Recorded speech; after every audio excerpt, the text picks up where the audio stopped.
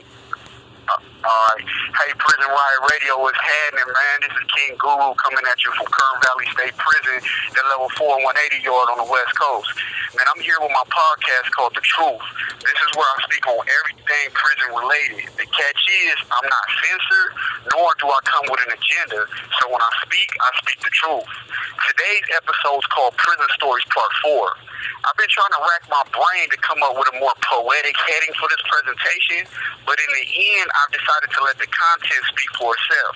Nevertheless, just to prepare you, in today's segment, I'm going to speak on silent enemies. Silent enemies are people who, for whatever reason, they garner anger, resentment, or jealousy towards you, yet these people won't tell you how they feel. They opt to hate from the sidelines, you know what I'm saying? Hate with whispers, you know?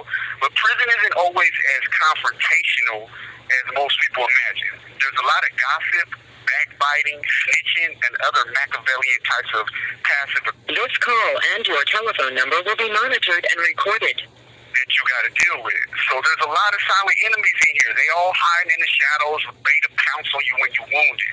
And here's a story of one of my most recent bouts with a silent enemy.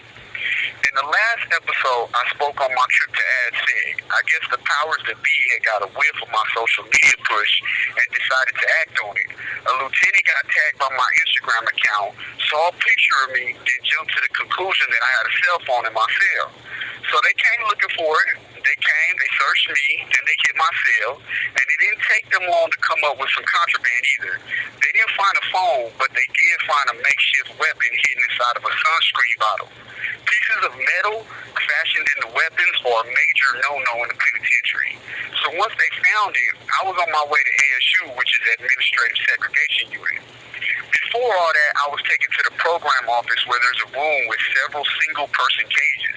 That's where you wait while you're being processed to go to the hole. See, before you go to ASU, the COs in your building have to collect and inventory your property.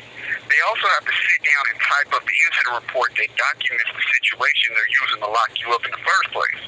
This whole process can take anywhere from about 3 to 6 hours. About an hour into my whole situation, the same two COs that brought me in came in through the door with my cellie, big man from Fruitown, Peru. He was in cuffs. Somewhere along the process, they decided to charge him with the same weapon since it was found in the cell that we both reside in. Yeah, our programs were suddenly disrupted in the worst way. So we're both in the cages, mad at the world. A trip to the hole is never fun, especially when you got a productive program popping on the yard. Then on top of what was going on, Big Man hits me with some information that put a rotten cherry on an already burned cake. He went on to tell me, we both in the cages now, you know what I'm saying, and we just staring at each other in this little ass room. And he went on to tell me that when he came back to the building after they had taken me, the COs gave him some bags to pack my property. And while he was doing this, a guy who's housed on the tier with us came up to the cell and made a little comment to the extent of, I see they got your celly. Karma's a motherfucker. And here's the thing, man, I keep my inner circle smaller than a dot. So the people I call homies are my real friends. For this dude to say something like that about me to one of my partners was just as bad as if he were saying it to my face.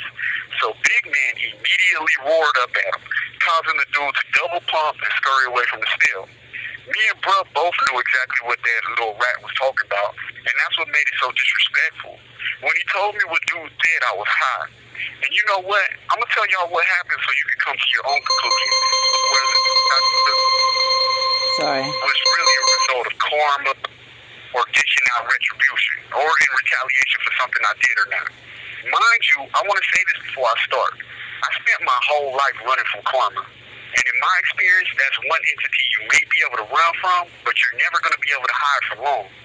So once I realized this, I actually changed major aspects of my thinking process because I got tired of running from the 10th degree, which is justice, aka karma. So back to business.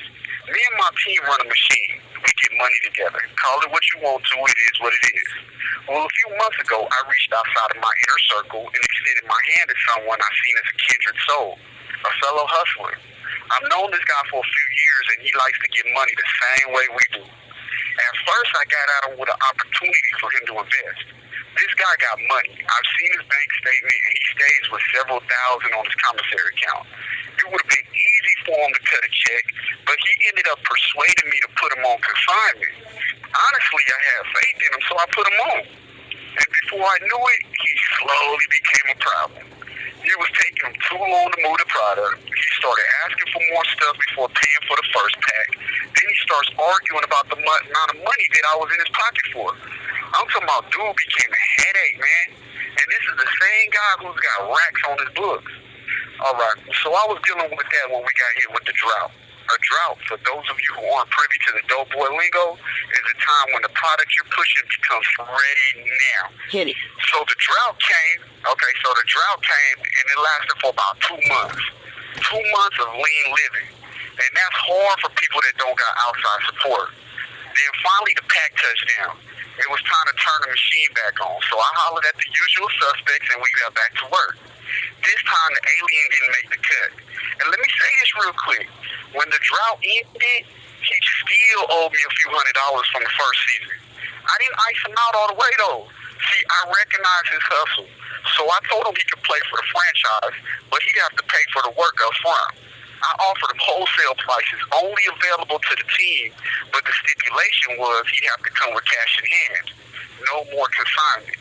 Man, this didn't feel well with him. He never really said anything to me about it, but things changed. Suddenly he wasn't so talkative when he was around me, and he no longer looked at me in my eyes. So when that comment got back to me about karma's a motherfucker, it did bother me, but I wasn't really surprised. I ended up spending a week in the hole after that, and throughout that time I thought about the situation. Not so much of the individual as much as the fact that he became a silent enemy because of a move I made based on what I considered common sense.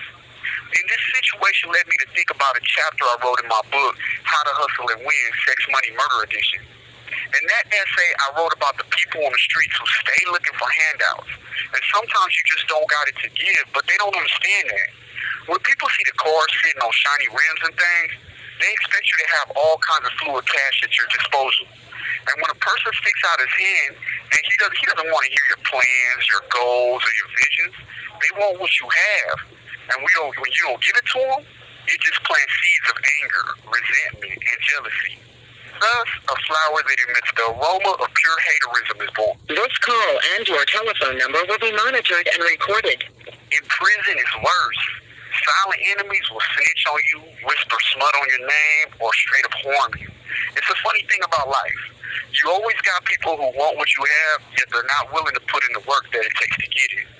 So to protect myself from these type of individuals, I've learned not to brag, never expose my hand, stay humble, and overdose off brands with distance.